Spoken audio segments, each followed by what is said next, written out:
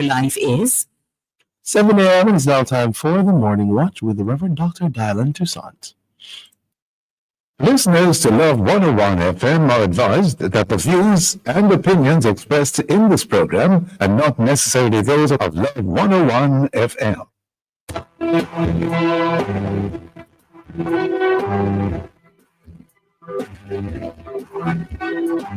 Welcome to the Morning Watch on Love 101 FM. I'm your host, Dylan Toussaint.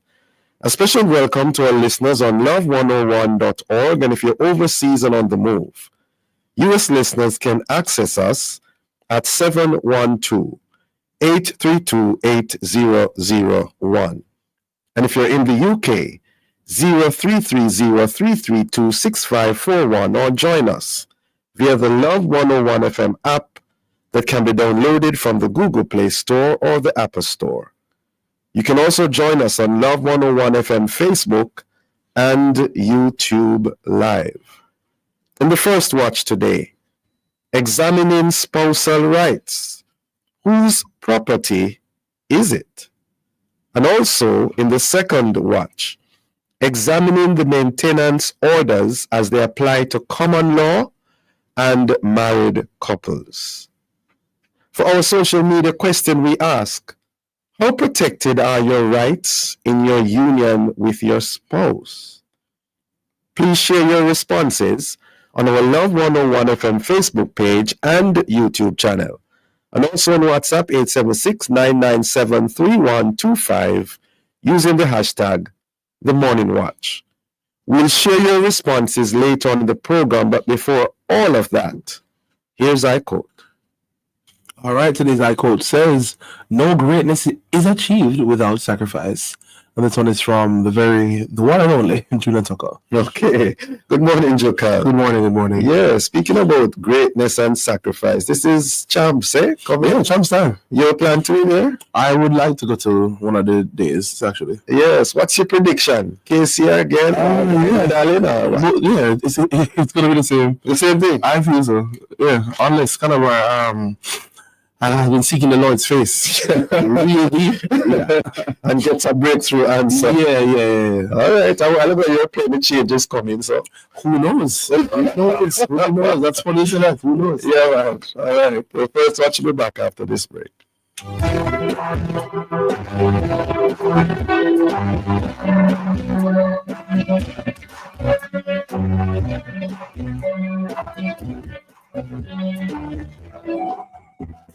What do you know about Caleb? Caleb, the one from the Bible, Caleb the spy. Let's talk about him and his story. What is his legacy and why is he celebrated? Tuesday, March 25, on The Rock, join guests Pastor Everell Edwards and Anthony Bryan as they discuss the topic, Caleb, that's The Rock, Tuesday, March 25 at 10 a.m. right here on the family station, Love 101. You're into savings with incredible deals from Home & Things. Whether you're upgrading your home or refreshing a room, don't miss these unbeatable deals now in full bloom. For the best in town, bathroom fixtures and faucets, windows, doors, vanities, lighting, and more. Home & Things is running with discounts. So shop now on Hope Road and Constantine Road. Spring into savings and take home the deals from Home & Things. What is saving? Saving is a very important skill that represents a net surplus of funds for an individual or a household after all expenses, including utilities, living expenses, and other obligations are paid. It is best to create a saving habit and culture from early days. This financial literacy tip was brought to you by Bank of Jamaica, building an inclusive economy.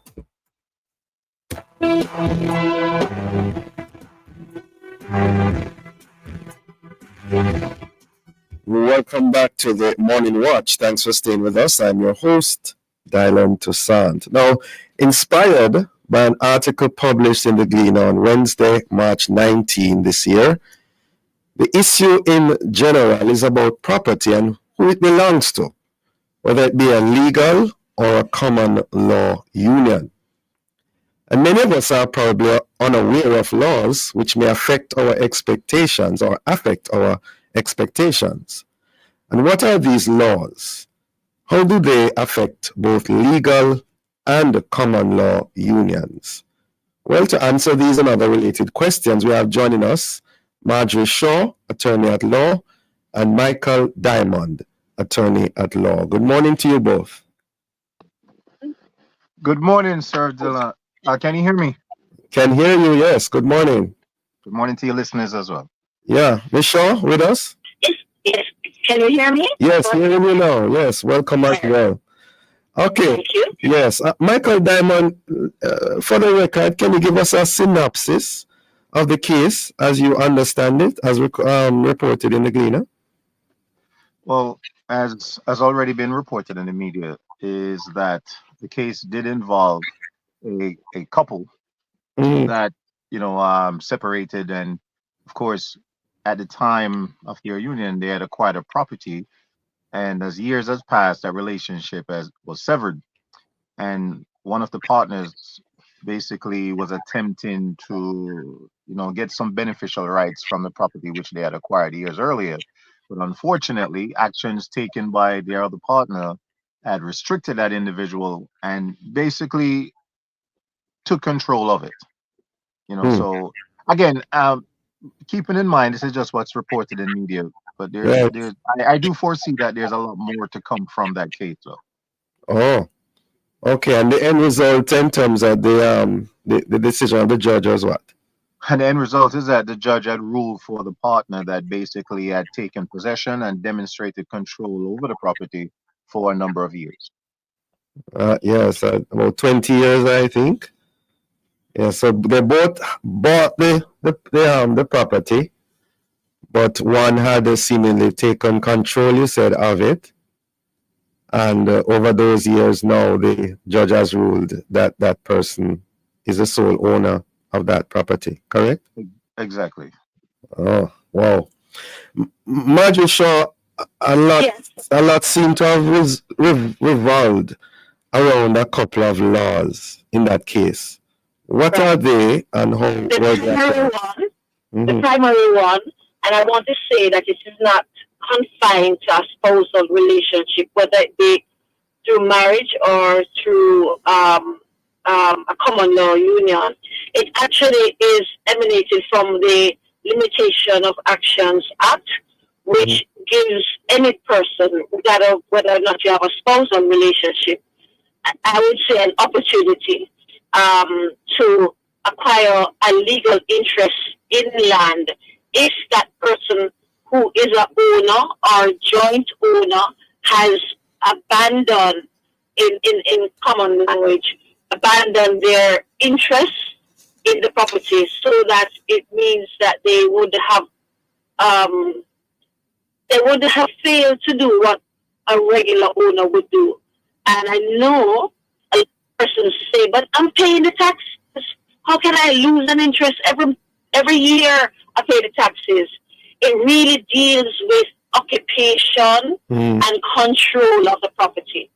Who rents it, who collects the rental, who makes sure that it is maintained, who occupies it, who treats it like their own, whose guests come to it, that kind of thing. So it's not confined to a spousal relationship, be it common law or otherwise. And you mentioned some terminologies there, Marjorie Shaw. Abandoned interest in the property, occupation, control. Yeah. How you define those? It's a matter of fact for the court to decide, determine that. But there's a case that is the foundation in terms of spousal things, because persons usually believed or previously believed that if you, for example, leave your husband in a property with the intention that you're going to work money abroad and make the family better, but in the course of things you decide that you're not going to come back to Jamaica, maybe because the relationship has broken down, maybe because somebody else moves in another partner into the home, whatever reason it is, and you don't take sufficient interest in the property, the law says that if you fail to do so, and it must be a physical interest, not just a mind interest, not an interest where you intend to retain that property.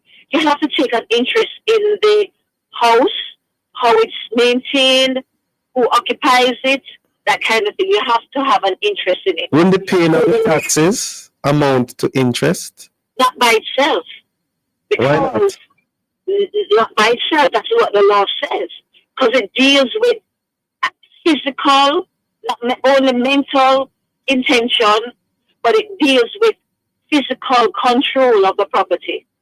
So just having the mind to want to retain it for your grandchildren or your children or whatever is not enough. You have to have a reasonable physical association with the property. And if you don't, after 12 years, you run the risk of, it's very possible that you would have be declared by the court to have lost your legal right to the property.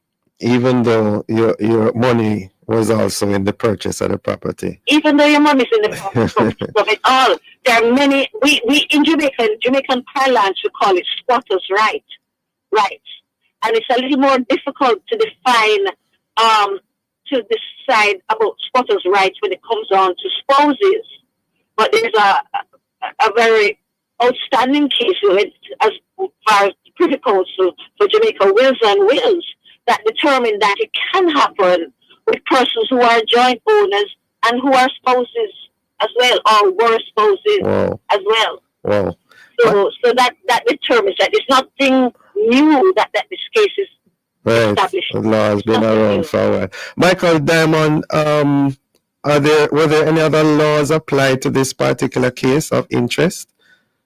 Well, keeping in mind, one of the things is that just the subject matter alone, adverse possession, for the benefit of your listeners, it means that it is something that is going to be done adversarially. So you are actually you're basically doing an act that relinquishes, or you're taking property from someone else basically without it's involuntary, right? You're basically taking from them that which they would have had a legal right to. Now you're involuntarily taking that from them based on this action. The fact of the matter is that on the Registration of Titles Act, and of course, as mentioned by Ms. Shaw, the Limitations of Actions Act, many individuals may not be knowledgeable of this. So it's very important to know that when you do own property, especially land, you have rights and responsibilities, and part of that responsibility is to make sure that the public knows that you are the landowner. So Diamond? Not hearing you. You're not hearing me? Okay, go again. Yes, we're hearing you now. Go ahead. Right. So basically what happened is once you own property, you have to let the public know that you are the landowner. Not just the landlord, but the landowner. And by doing what? By doing what? To make the public know. By doing what? When you demonstrate that, for example, you want to make sure that you put up a fence. If there's no fencing, you have securing that property also means that you are restricting access to the property. That's very important. Even putting up a sign that says no trespass is also important. And also, you have to visit that property, because you can have individuals who do go and squat on the property.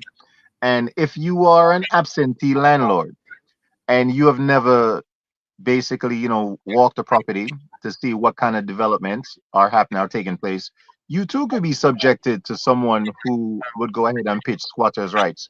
The law is very, it's not written in stone, and a lot of times you'll end up in court for the court to make a determination based upon a set of circumstances or facts that are present. So you as a landowner have to make sure that even if you do not know the full gambit of the law, you have responsibility.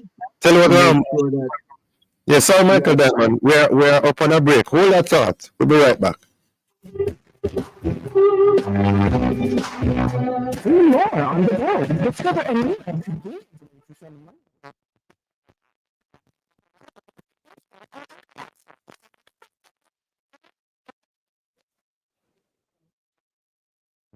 7:15 a.m. You're listening to Love in the Morning. This is the Morning Watch. The following is brought to you by the Office of the Prime Minister. Great news, St. Thomas. The Jamaica Urban Transit Company is now in your parish, bringing safe, reliable, and affordable transportation right across your doorstep. We understand the challenges citizens face in the rural communities, and this is why the government is working hard transportation to all citizens across Jamaica. With easy to access routes, we can now travel comfortably to Kingston and beyond. No more. St. Thomas, your journey right.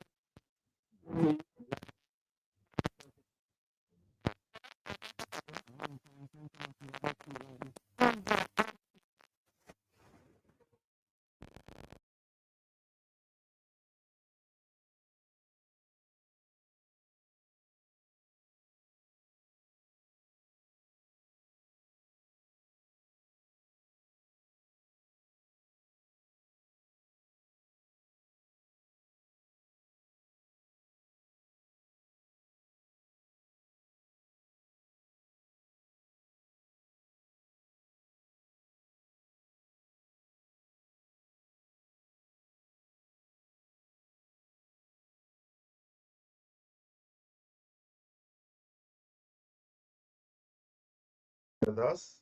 I'm your host, Dylan Toussaint, and this is the first watch we're examining spousal rights. And in so doing, we have online two attorneys at law, Michael Diamond and also Marjorie Shaw. Before the break, I think I interrupted your train of thought, Michael Diamond, as you were telling us more about the adverse possession law. Go ahead, please. Right. What I was basically getting at is the fact that you demonstrating dominion over your land or property publicly, whether it be putting up a fence, whether it be planting some callaloo seeds, whether it be doing some farming, whether it be putting up a sign of no trespass. Here is the thing that is very important. When we're saying this, we do not want the listeners to believe that they have to be physically present. You can also have your representative that would be representing on your behalf, that would be doing that which we're now speaking about. So if you are an individual living abroad and you cannot make trips every year, you can enlist representatives that can be physically present and demonstrate on your behalf once you've given them that legal representation. So what we have here is a good reminder that you cannot just be a landlord or a landowner and just keep a property by neglect. You have to demonstrate things under the law in order for you to keep that. Now, for individuals who are basically getting into relationships, there are several different laws that would apply to you where rights and responsibilities are concerned. And not even to mention the Maintenance Act. When you are cohabiting with someone for a period of time, you then can be held accountable at law for the maintenance of such individual. We're going So to talk when about that in a second. What's interesting there. right, so when properties are being acquired, it is also very important to find out to basically put on that title, especially what that agreement is supposed to be. And you can also have some restricted covenants that would prevent the transferring of title under certain conditions. So this case, for while the law being applied is not new, it is a good reminder for individuals that once you enter into any type of joint ownership, you have responsibilities that must be demonstrated. You can't wait 20 years later to say, I want my beneficial interest if Yeah. you stayed away, never paid any taxes, never paid any mortgage, and did nothing to maintain the value of that property. So, Wow. Marjorie Shaw? Yes. Yeah, I'm sure that some people, when they hear this discussion, whether they knew it before or just been reminded of these laws, might be saying in their mind that this is totally unfair, it's unjust. Hold on, take away business this. Well, I know there's a lot of complaints in that regard, and I've heard it, and I've participated in matters in which that has been said about my clients, but the fact is that this is the law. It's not really, as I mentioned before, it's not confined to spousal relationships, so it affects the public at large. When we speak about spousal rights in relation to property, we would be addressing the Property Rights of Spouses Act. And in that act, there is a section which says that there is a presumption that when you purchase property together, or you own property, or you live in property together that is owned by one or the other, there's a presumption that there's an equal entitlement to that family home. Whatever property is the primary residence of the spouses, that can be the family home. But I must say that although you may own that property together and be entitled under the Property Rights of Spouses Act to an equal entitlement to it, it is possible by virtue of the Limitation of Actions Act for you to lose that interest, that half interest. Through the Limitation of Actions Act, which we call in Jamaican parlance squatters' right. Yes. Right? But the Property Rights of Spouses Act, when it comes down to spouses in particular, is the act that basically addresses persons' interest in property. That legislation has also been evolving. So there is a section in it where you can apply to vary the equal share rule. And so the presumption, started off presumption is that you own it on an equal basis. But there's a section of the act which allows one of the spouses to say to the court, I don't think it is fair for that person to own it equal with me. And normally it comes before the court when there's a breakdown in the relationship. It's never when they are going good. So the person comes to the court and says, I'm asking you to vary the equal share rule. It means that you can get less than half, or you could get nothing at the end of it. Wow. And the variation rule has been, there are recent cases that have been saying initially you had like 3 reasons by which you could apply to the court to vary the equal share rule. In a recent Court of Appeal decision, the factors that you would have to have in order to invite the court to vary the equal share rule has been enlarged. So there is a threat as well on the prosa for persons to lose an equal share and interest in the family home. And those factors are really only because the court thinks it is fair or is reasonable to discharge that equal share entitlement. Interesting. The spousal home is under is under a similar attack as well. Yes. So far we're hearing from both of you 2 main laws involved in this case. Limitations of Actions Act and the Adverse Possession Law. No, the adverse possession law is related to is a local way of saying it. The Limitation of Actions Act, right, but it's the same. Okay. The other act is the Property Rights of Spouses. Property Rights of Spouses. Okay, so the equal share part is what? Is a part of the Limitations Act. Property Rights of Spouses Act. Okay. All right. Thanks, Michael Diamond. What are some other possible interpretations of these laws? Are there some loopholes that you have seen therein? You know what? I certainly won't speak to the loopholes, but what I will speak to is the fact that there is no. I know you mentioned about it could appear to be unfair. I know you mentioned it could appear to be unfair, but it's not a matter of being unfair, because the law also requires you to make a public notice before these applications can be granted. So, of course, that is where you would have gotten notice, so that if you want to put up a challenge to someone attempting adverse possession or to get title to property that you rightfully owned, then of course you would then have to come and make yourself, do an appearance, whether it be in person or through your representative. So the fairness part of it has to do, again, you have responsibilities. You can't just simply own and abandon property. So when someone goes and make an application, there is going to be a public notice that is published in the newspapers for a period of time. And once that period of time has lapsed, then of course the court will deem that as, well, notice was given, you failed to appear, you fail to pull up a challenge, then yes, that individual can be granted that right. So it's not a matter of loophole, it's just a matter of being responsible as a landowner, as a landlord, to make sure that the requirements for maintaining and owning property, that you are keeping that up. So even if you have to get the management company that can represent you in your absence, do that. But the most important thing, again, is to demonstrate dominion over that property. It can be simply erecting a fence, putting up a sign, and of course, always making sure that the property is maintained. Marjorie Shaw, what further lessons could and should we learn from such cases as this? This lesson for persons to take away from that case is that it's not restricted to spousal.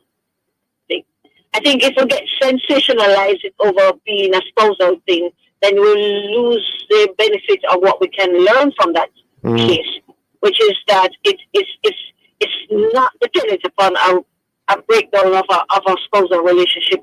It's not limited to parties who are in a intimate relationship or were in an intimate relationship. It's larger than that, and it's an act which is being more and more enforced by persons who have are professing to have acquired a greater interest in that property, and also for us to understand that it's not necessarily an outsider that has that right as well. That your partner, your joint owner, it can be a mother and son, it can be a mother and daughter, it can be a father and child, it can be anybody, and not limited only to spousal thing. So we need to be alert. We're not to sensationalize it and draw down on a intimate relationship, whether it be married persons or unmarried persons. Anybody at all. We're losing the benefits and the wisdom of that case. And the key one key factor is the 12-year span, correct? The 12-year span, yes, uninterrupted, undisturbed, control, possession of the property, and of course the mind to do so. Michael Diamond, any other lessons we can learn from this case? Well, definitely, as Michelle mentioned, it is not just simply about relationships. It's also just for the wider public to know.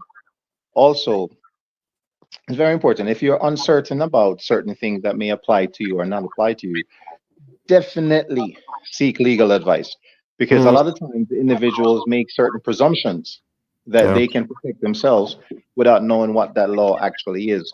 And the case that inspired this discussion, keep it in mind that the media will not really basically report in the full gambit of what the case involves.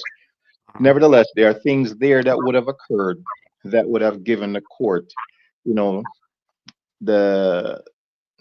the court influence a decision on behalf of that individual. But nevertheless, the key factor here is that public notice has to be given that you're the owner. Public notice has to be given that you're making application for adverse possession.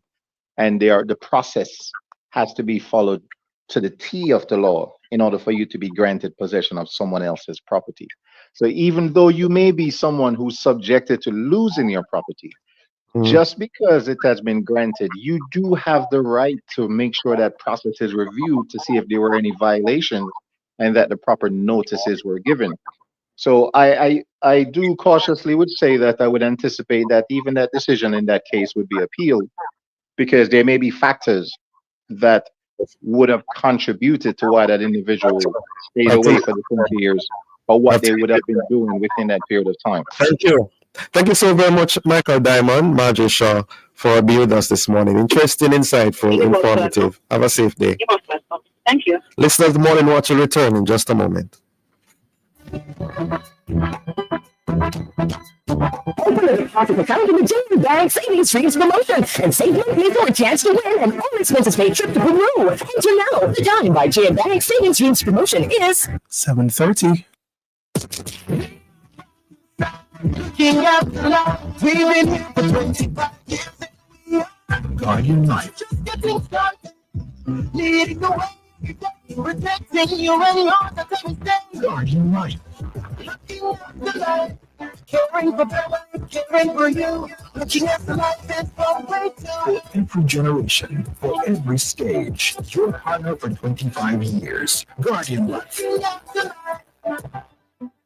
Women standing tall and strong. Sagicor celebrates International Women's Day all month long. For her day, her deals. 7,500 bonus points on new Sagicor Bank credit cards. Special rates on auto loans and mortgages. Discounted trading fees from Sagicor Investments. A free dash cam or tire inflator with Ultimate Women Auto Insurance from Advantage General Insurance. Plus, tailored products like our Sagicor Life Total Women Life Insurance Plan. Accelerate action towards financial empowerment. Call 888 Sagicor. Conditions apply. Jamaica and its workforce are advancing quickly. Life-changing opportunities are arising. You need training and support. We are the Renewed Heart NSTA Trust, committed to providing new and emerging skills training and opportunities. Come to Heart. We'll help you claim your place in the workforce of the future.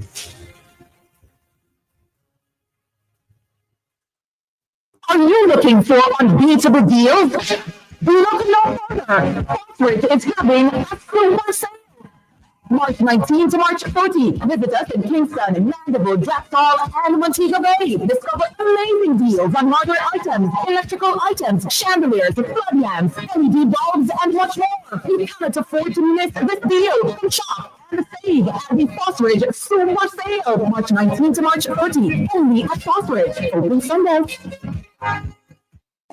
What do you know about Caleb? Caleb, the one from the Bible, Caleb the spy. Let's talk about him and his story. What is his legacy and why is he celebrated? Tuesday, March 25, on The Rock, join guests Pastor Everell Edwards and Anthony Brown as they discuss the topic, Caleb, that's The Rock, Tuesday, March 25 at 10 a.m. right here on the family station, Love 101.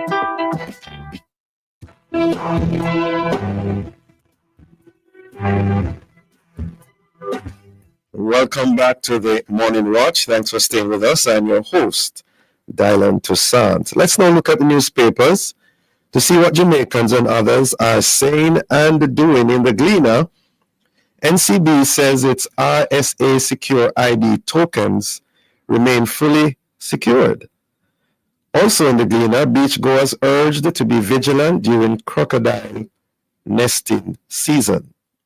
In the Observer, classes set to resume at problem-plagued St. James High. And in Loop News, U.S. confirms Secretary of State's visit to Jamaica this week. And then, of course, Casey and Edwin Allen tipped to defend champs titles. Those are some of the major stories in our newspapers. Coming up next, we'll share some of the feedback from our social media question. How protected are your rights in your union with your spouse? We're asking you to leave a comment on our Facebook page and YouTube channel, Love 101 FM Jamaica, or WhatsApp 876-997-3125. We'll be right back.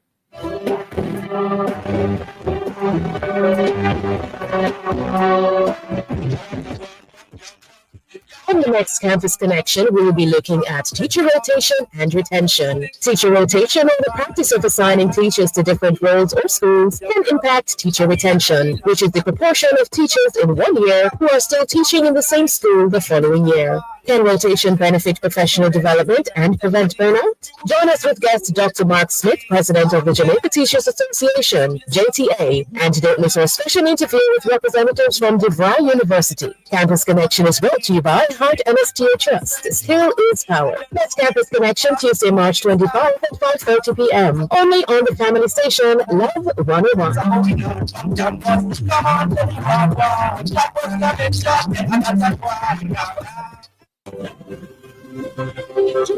as we count down to Arise 2025 this Easter Sunday, April 20 at the National Arena, 5 p.m. in Jamaica. You must be there. Listen to Love 101 for the music, the upbeats, giveaways, and much more. Thursdays, 11:30 a.m. to 12 p.m. Get your tickets now at storeopen.com/Arise 2025. And come sing with the Hoppers. Celebrate with the Gospel Proclaimers. Kingsway Alumni Reunion Voices, Carrie Sayers, Denisha Nicholson Reed, Humber, and others.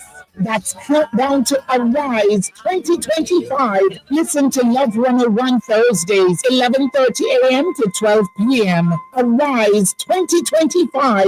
Easter Sunday, April 20, National Arena. It's gonna be a shouting time in Kingston.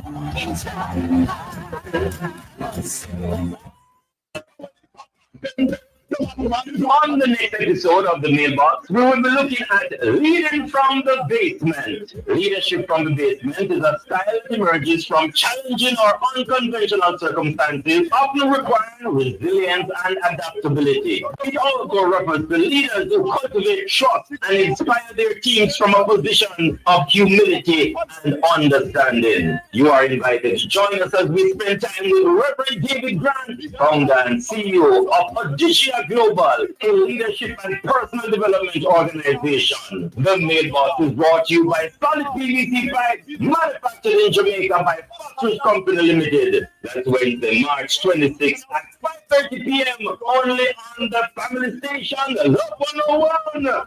The Mailbox, Monday.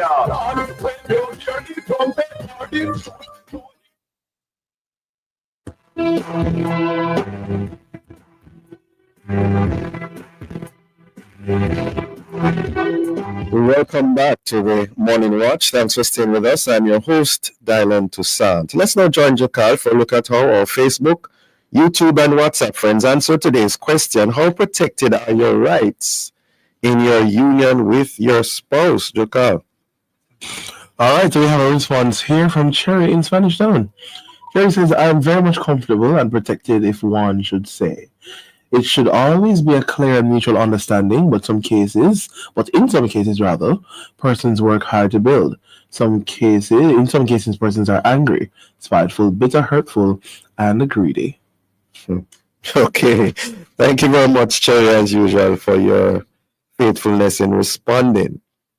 Now, as we segue into the second watch, in an online search, one source stated the following, and I quote, in Jamaica, spousal maintenance orders governed by the Maintenance Act require courts to consider the reasonable needs of each spouse and their capacity to provide support, with the court having discretion to determine the amount and duration of support. End of quote.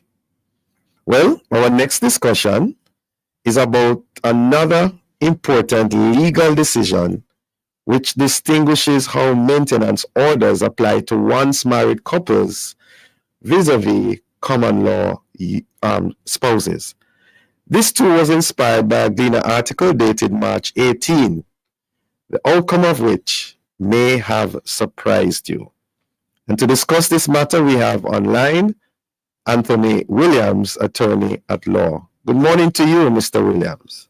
Good morning. Morning. Yes, good to have you with us again. Let's begin with the very basic realities. What really is the Maintenance Act? Why is it important? How does it work? Well, first of all, the Maintenance Act means Yes, Mr. Williams, I'm not hearing it right now. Could you repeat what you just said? Because you just went out a while ago.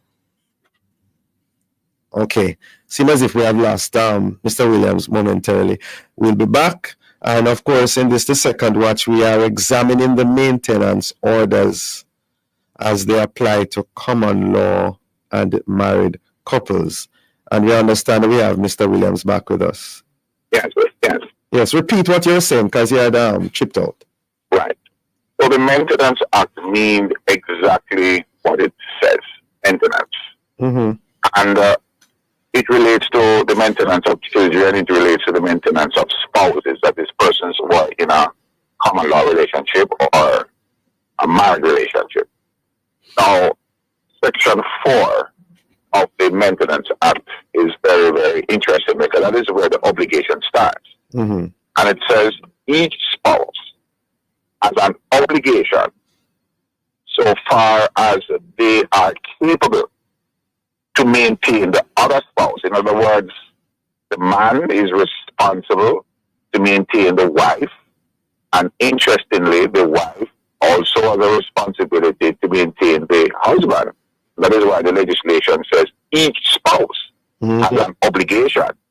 So it's not a case where gone are the days where the women thinks or feel that it is the man and the man alone who must maintain the husband. It is vice versa. Mm-hmm. So I will continue. So each spouse has an obligation to maintain the other to the extent, if necessary, to meet the reasonable needs of that person. So what the court is talking about is, yes, you have an obligation to maintain, but the maintenance is not unlimited. It is not infinite. It is not just any amount of sum to pay for anything. It is really to meet the reasonable needs of that spouse. Where that spouse now cannot practically meet the whole or any part of their needs. In other words, the maintenance of one spouse to the other only kicks in if that person, for practical reasons, cannot meet their obligation. So the essence of the Maintenance Act from Section 4 creates the obligation. So by virtue of Section 4, there's an obligation for each party to pay the other. Now, what is important now is what the courts take into consideration in dealing now with maintenance, especially for persons who are married or even unmarried. And the relevance in Section 5, there are a number of things that the court takes into consideration.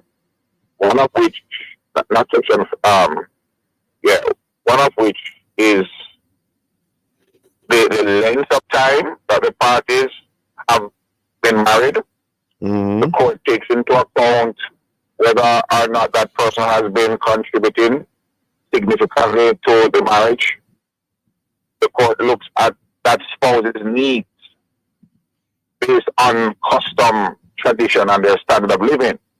So, for example, if the parties would normally go for dinner on weekends or go on vacation once or twice or 3 times per year, that's their standard of living. Suppose they would travel abroad, or the goods or the services that they would require. For the ladies, they go to the hairdressers, the pedicure, the manicure. That's the thing the court takes into consideration. Housekeeping. Meaning, what are their contribution towards housekeeping, if any, and childcare or any domestic services. The court also looks at whether or not there are any special child that has a special needs, or should I say, is there a child or children of the union that has a special need? Could be someone with a disability. It could be someone that needs just special care. Could be a slow learner. Whatever the case may be, and that person's contribution. Most importantly, the court takes into consideration as well the eligibility of that spouse. The eligibility of that spouse in relation to pension. Is that person in the position of a pensioner or soon retire as a pensioner? All of those factors that the court will take into consideration. And whether or not the spouse is taking care of a child who's 18 years of age and possibly attending university or tertiary institution. Sorry, Anthony Williams, we're up on a break. We'll be right back, okay? Okay.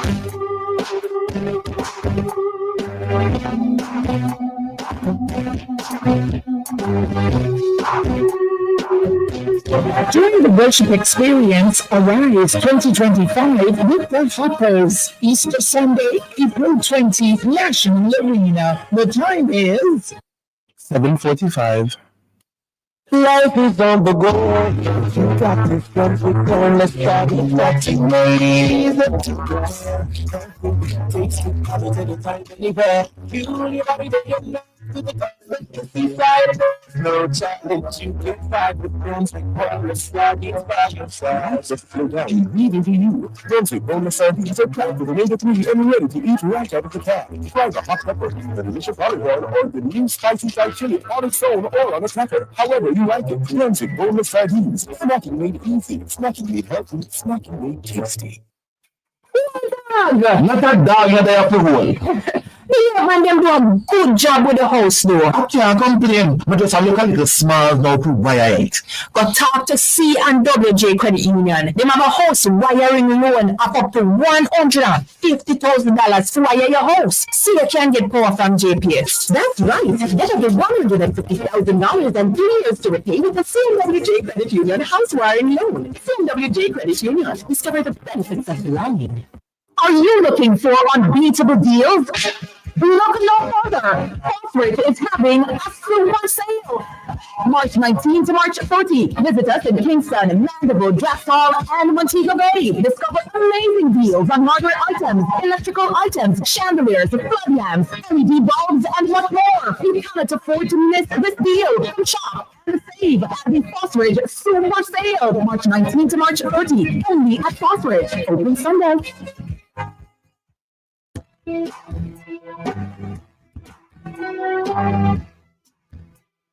Welcome back to the Morning Watch. Thanks for staying with us. I'm your host, Dylan Toussaint. As we continue to look this morning on legal matters in both watches, in the second watch, we are looking now on the Maintenance Act. And in so doing, we have online attorney at law Anthony Williams, who has been sort of zeroing in on that act, especially Section 4 and Section 5 thus far. Please continue, Mr. Williams. Yes, Mr. Williams, your time. Yes, you can hear me. Yeah, hearing you now. Right. So we want to make it very clear to persons in relationships that the Maintenance Act is a very powerful act. Many spouses, particularly the females, have utilized the benefit of this act, and the court has made many orders in relation to maintenance. So we want the gentlemen to avoid going to court and to avoid the embarrassment at times, because the court is... By doing what?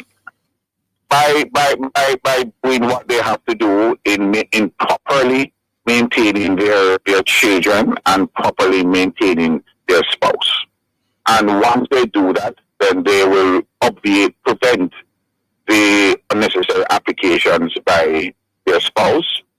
And it also makes it smoother. They're going to incur legal fees because invariably they will have to retain the services of a lawyer. So not only are you going to pay the maintenance ordered by the court, you're going to pay legal fees, and legal fees can be expensive. Okay? So that is very important. But just a few more things in relation to Section 5 as to what the court takes into consideration. So the court takes also into consideration the effect of that spouse-child's care responsibilities on their earnings. In other words, if a female spouse is devoting her time and more time to a child, say at home, when she could have been employed, gainfully employed, and earning an income, then her income capacity is being reduced. Her income capacity is being affected. These are the matters that the court will take into consideration. So there are a number of factors that the court takes into consideration. All right. Yes. Then now we want to look at termination. There are oftentimes when the parties would say, look, I'm calling today. So the marriage is either terminated or the relationship is terminated. Now, Section 6 is very, very important because Section 6 creates an obligation in relation to termination. So, in particular, I'm going to want to target the men in relation to this particular section, that when the relationship is terminated, do not think that that's the end of the day or all is wonderful. Section 6 says, in the case of cohabiting parties, right, after the termination of cohabitation, each spouse has an obligation so far as they are capable to maintain the other, to the extent that such maintenance is necessary to meet the needs of the other spouse, where that spouse cannot practically meet the whole or any part of their needs. So what it is saying is that even after termination, the court will take into consideration the fact that that spouse could make a... And by termination, you mean like divorce? Yes, termination can be divorce. Termination can separation be as well? Separation, okay. Yes. Okay. And separation. And so that's why I'm saying that the men should not get too comfortable or very comfortable that because they are no longer living together, because they no longer have a relationship, then the maintenance would not apply. The court says, pursuant to Section 6, that an order can be made. All right, so stop it right there, please, Mr. Williams, so I can drill down into that. Now, if I'm remembering correctly, each spouse, it says, has an obligation to maintain the other spouse to the extent, if necessary, to meet the reasonable needs of the other spouse. And you have been warning the men. What about reciprocity in that regard? Yes. Shouldn't it be both ways? Yes, it is both ways enough. It is both ways. But in the case that we're using as a springboard, it seems as if it's one person who, had to be paying the money to the next. Well, the reality is, and I'm very glad you made, the reality is, it is normally the women who take the men to court, and not the men who take the women to court. So men can take women to court. The husband can take his wife to court. Yes, a husband can take his wife to court. And what is the basis for me saying that? Yes. Section 4 is the authority on it, and Section 6 is the authority on it. Because this is how Section 4 starts. It says each spouse has an obligation. Right. Each. And each spouse means either the man or the woman has a duty to maintain the other. So it is just that in Jamaica, in particular, I don't have any other jurisdiction, right? But it's most of the women who would take the men to court. And it's for very obvious reason why that is so. There's a manhood culture, of course, and so the man wouldn't readily go to court for anyone to know that his woman is maintaining him. Even if, and in many instances, we have a lot of our women who are highly qualified, highly educated, and not only in good jobs, making more than the man, but in better jobs and making far more money than the men. Right. A lot of households, the women are really the breadwinners. The men are just the father figure in the house, or just the male lover in the house. Is that what I'm asking, though, Mr. Williams? In the case again that is being used as a springboard, shouldn't also the wife be sending money to the husband? Yes. Why we don't hear that happening as well in that case? Could you repeat that part? Why we don't hear that happening in that case? That the wife is also mandated to be sending money to the husband? Well, because of the culture, in our country. No, says right? Each spouse has the obligation. Yes, each spouse has an obligation, and so this program this morning is a perfect media and opportunity for all women to understand and appreciate as well that they have a duty and responsibility to maintain their husband. But I must say this, that although we may not know of it, but there are several cases, not before the courts, where the women really maintain their husbands. A lot of men have been made redundant, some have been sick, some have been incapacitated, some are working and in fine health, but again, because the woman is earning more money and in a better job and is more financially able to do so, right? Now, in the case, that's the Errol Miller case, the Professor Errol Miller case, which is now well known. There's with Errol Miller or Morrison? Morris, I beg your pardon. My apologies. Morris. Apologies. Right. So, yeah. In that case, the court made an order that the husband, Mr. Morris, right, should continue to maintain his wife for the rest of her life.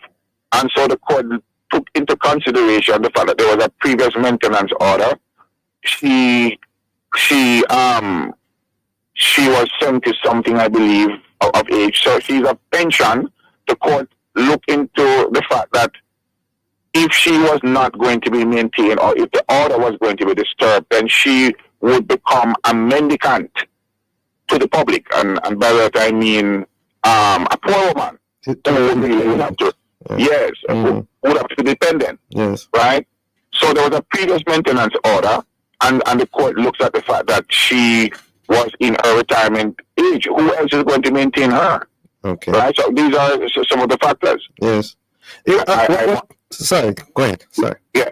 I must also commend the ex-husband, because the fact of the case is that for 20 years he was maintaining her and he was complying with the court order. Yes. If my memory serves me right, the fact showed that it was over the 20 years he spent a total of $36 million. That's a serious sum of money. Mm-hmm. You know, you have $36 million in your hand right now. You know what you could do with it. Let me ask, as you mentioned money, what are the penalties associated with this act? If someone refuses to do it or says he really cannot? Yeah, well, if the person, once the court has made an order, then the other person who the order is made against has an obligation to honor the act. You can be charged for contempt of court. You can be fined. The court can also impose a term of imprisonment as well, because you are breaching the court order. Imprisonment. Right? Okay. Yeah. Oh. Right. Yes. Yes. So, go ahead. So we want to emphasize that in these circumstances, the court treats maintenance as very, very, very important. Right? Very, very important. So again, each person has the obligation, and we want our women to understand and appreciate that they too have that obligation to maintain the men. But the obligation based on Section 4 and Section 6 only arises, right, if that other person is unable to maintain himself. Right? Is unable to maintain himself. So once a person is unable to maintain himself and to meet your reasonable needs, then that's where the obligation kicks in. Right? Yes. Your final thoughts in terms of words of advice, very quickly, in less than a minute. Yes, I am just encouraging everyone to think very carefully. And, you know, when we have our women in particular who have sacrificed and who have done well to build a relationship and make it wonderful, it is just unconscionable and inequitable for our men to treat them in a certain way. Equally, we have some women who make some very, very unreasonable demands. Very unreasonable demands. So I'm saying to the ladies, let your demand be reasonable and not unreasonable. It cuts both ways. Thank you so very much for joining us, Mr. Williams. Informative discussion. Have a safe day. Thank you, listeners, for being with us. Join us again tomorrow as we continue to set the stage for a discussion of topical and controversial issues. For information or get copies of this program, call our production department at 876-968-95 96 to 7. This has been the Morning Watch.